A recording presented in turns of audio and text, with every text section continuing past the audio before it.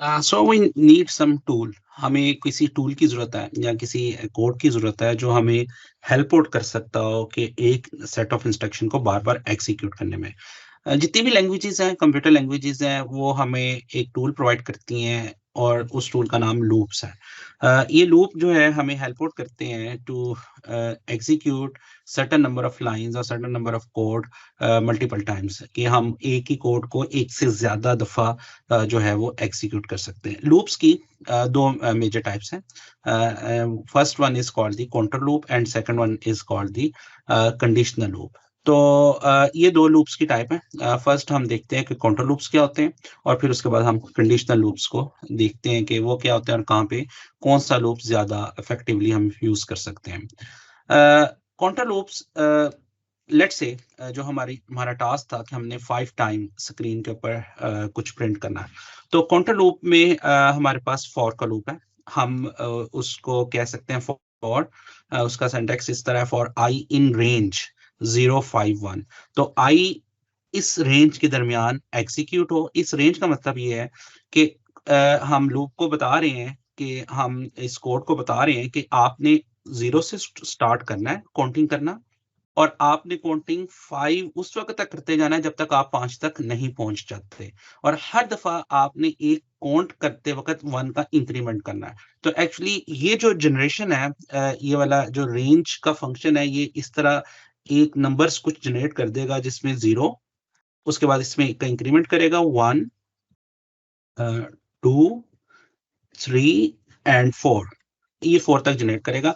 5th last number 5 generate नहीं करेगा, ये 5 से एक कम नंबर जनरेट करेगा। तो ये 0 1 2 3 4 ये नंबर जनरेट होंगे और फॉर आई इन इसका मतलब है इन नंबर्स के लिए आप इसे एग्जीक्यूट करें। तो ये टोटल कितने नंबर है 1 2 3 4 5 5 नंबर्स हैं इसलिए ये 5 टाइम जो है वो कोड एग्जीक्यूट होगा और जो भी लाइन इसके अंदर इंडेंट करके हमने लिखी होगी उस लाइन को ये 5 टाइम एग्जीक्यूट कर देगा। तो मतलब ये है कि जो हम अगर इस लाइन को 5 टाइम एग्जीक्यूट करना चाहते हैं तो इसको हमें एक विद इन द लूप लिखना पड़ेगा और लूप को ये बताना पड़ेगा आपने चलना क्या है।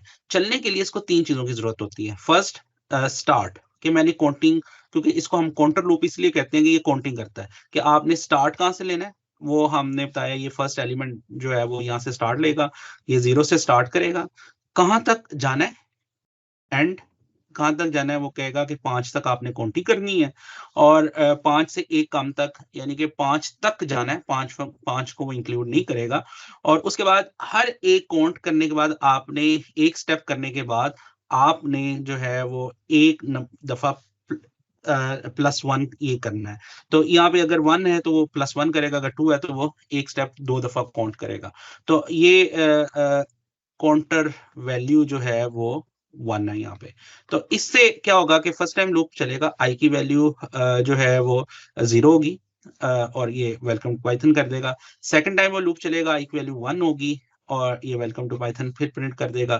थर्ड टाइम लूप चलेगा, आई की वैल्यू 2 होगी और वो वेलकम पाइथन प्रिंट कर देगा। तो लूप उस वक़्त तक चलता जाएगा जब तक ये तमाम वैल्यूज़ तक जो है वो नहीं पहुँच जाता। एक दफ़ा जब लूप चलता है तो इसको हम कहते हैं this is the one iteration कि ये लूप की एक आइटरेशन जो है वो हो रही है और इसके अंदर वो 5 आइटरेशंस करेगा। इसको कोड को हम प्रैक्टिकली लिख कर देखते हैं और ताकि आपको इसका सिंटैक्स क्लियर हो जाए। फॉर आई इन रेंज और ये 0 से स्टार्ट करेगा, 5 तक इसने काउंटिंग करनी है और हर दफ़ा काउंट करने के बाद इसमें 1 इंक्रीमेंट करेगा और यहाँ पे मैं लिखता हूँ प्रिंट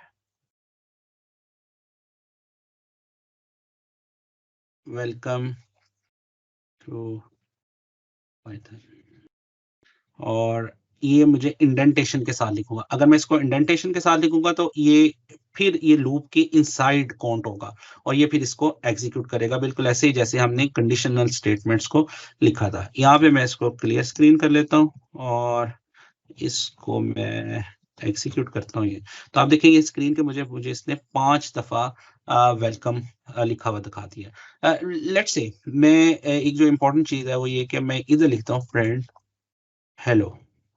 अच्छा, अब ये लाइन ये लूप के अंदर नहीं है, ये लूप से बाहर है। तो ये 5 दफ़ा पहले वेलकम टू पाइथन करेगा और उसके बाद फिर एंड पे हेलो प्रिंट करेगा, क्योंकि that is outside of the loop, ये लूप से बाहर है। तो ये आप देखिए कि इसने 5 दफा पाइथन प्रिंट किया और इसने यहाँ पे किया। लेट्स से मैं इसकी वैल्यू अब चेंज कर देता हूँ, मैं कहता हूँ इसकी वैल्यू 8 है, और अब ये 0 से 8 तक जाएगा, 0 1 2 3 4 5 6 7, और फिर वो 8 तक प्रिंट करेगा। तो ये अब मुझे स्क्रीन के ऊपर जो पाइथन लिखा हुआ नजर आएगा वो 8 टाइम्स लिखा हुआ नजर आएगा। अगर हम इसे काउंट करें तो ये 8 टाइम होगा। इसको मैं क्लियर कर लेता हूँ, इसको थोड़ा सा ऊपर कर लेता हूँ ताकि ये सारे 8 टाइम्स वो प्रिंट करते हैं। तो 1 2 3 4 5 6 7 8, तो ये 8 टाइम्स कोड प्रिंट कर रहा है। और हर दफा ये लूप एक दफा एग्जीक्यूट करने के बाद 1 का इंक्रीमेंट इसमें करता है, और हमें स्क्रीन के ऊपर जो है वो जो भी इंस्ट्रक्शन होंगी वो शो करते हैं।